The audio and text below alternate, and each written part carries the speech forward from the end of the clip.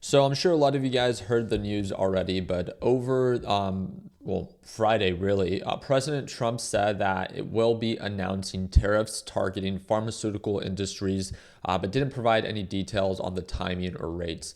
The thing that I wanted to quickly share with you is obviously the market was selling off. If you guys did not see this as of last or this week, technically, ended up retracing. We thought that, or most of the market thought that it was going to recover. We made it very clear, right? I uploaded a video last weekend and the weekend before that, just because the market was consolidating. It was showing signs of a potential support.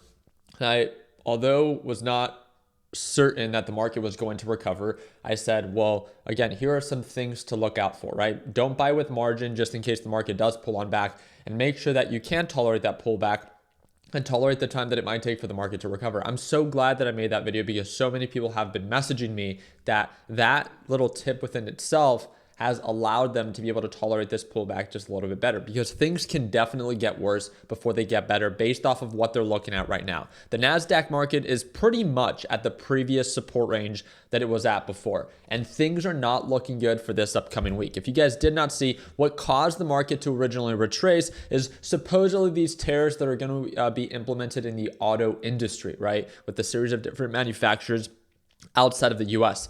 This is a completely different tariff.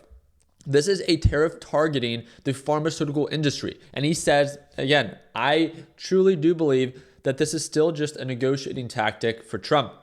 You don't have to agree with him. Your opinion and my opinion literally do not matter. This is what is happening, and this is how the market's reacting. So, speaking to reporters aboard Air Force One, Trump also stated that he was open to negotiating deals with countries seeking to avoid U.S. tariffs, but such agreements would have to come after his administration announces reciprocal tariffs on April 2nd. So, according to what he is saying, these tariffs will go into effect. And if they're anything like last time, again, get ready for some selling pressure. This isn't to instill some fear. It's to prepare you mentally, and hopefully you did your part on Friday, that if markets do continue to sell off, that you can tolerate it. Remember, the only people that freak out during market sell-offs and market pullbacks and market crashes are those that did not prepare.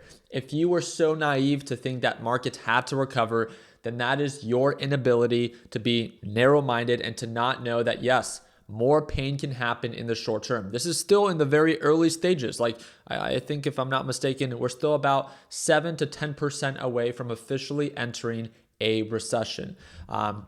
With that being said, let me go ahead and also highlight the thing that I really wanted to bring up is, well, now with this big focus on pharmaceutical industry, well, let's pay attention to maybe some pharmaceutical stocks this upcoming week. I thought some of you guys would appreciate that. This is just the list that I was able to quickly pull up. There were 7 popular pharma stocks to potentially buy more of, is what was announced on January 24th, 2025. These are not what I'm saying are good buys. I'm just saying that if you are ever wondering of like, hey, I wonder how the pharmaceutical industry is going to react, think about it. It's all a domino effect. Trump announces these tariffs, then these stocks are going to get hit with these tariffs. So instantly, you most likely will see some negative selling pressure if these tariffs are applicable to them. We got Johnson & Johnson, which is ticker symbol J&J, ABBV, MRK, AZN, AMGN, SNY, and then GILD, that's Gilead Sciences. The one that is not here that I quickly wanted to bring up is that bullshit overhyped up stock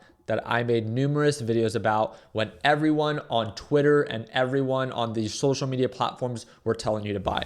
This is the part that baffles me. I got a comment yesterday saying, Ricky, you need to be nicer to people when you make these videos. Why? When I make videos of companies being overbought, you would think that, the people that would get hate are the people that are encouraging you to buy these stocks at extremely overbought levels. Just like the same people that are encouraging you to buy those crypto coins, those meme coins, or even BTC when it's nearly at all-time highs.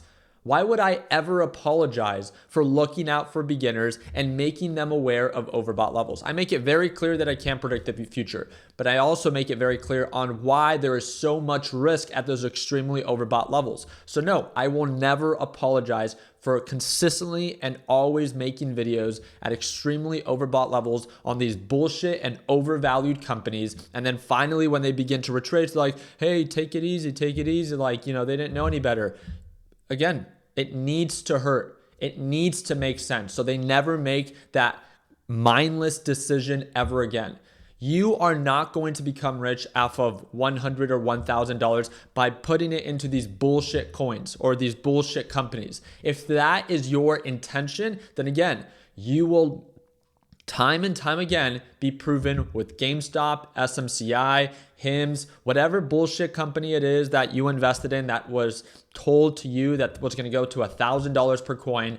Let this sink in. This is a great example of why, again, your job is never to be perfect. You're never going to know exactly where to enter and where to exit perfectly. But when you're in the green, when you're up 50, 60, 70% within a very short period of time, and you're so naive that you don't choose to take profits because you still think it's going to 10x from there, then yes, you deserve everything that you've experienced so far in giving back all that you've gained. It is so crucial for a trader that if you don't learn from someone else's experience, then maybe you will learn from your own. And it's the tough love that, again, hopefully this does filter out people that never belonged in this market anyways, and discourages them from ever investing or trading in this market ever again. But again, for those that still see value in it, for those that understand and can learn from the mistakes that they've made, then great.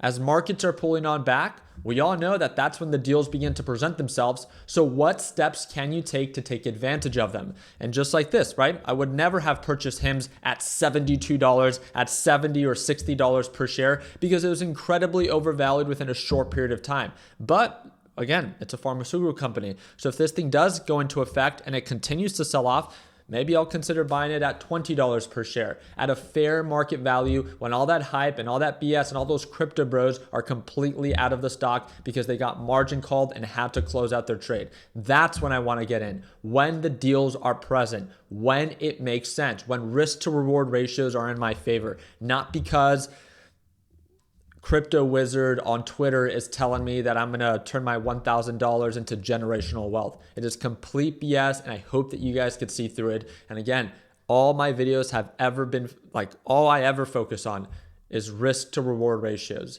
Anytime something is overbought, I call it for what it is. When have I been wrong? When it comes down to that. My timing is never perfect, don't get me wrong, I know that.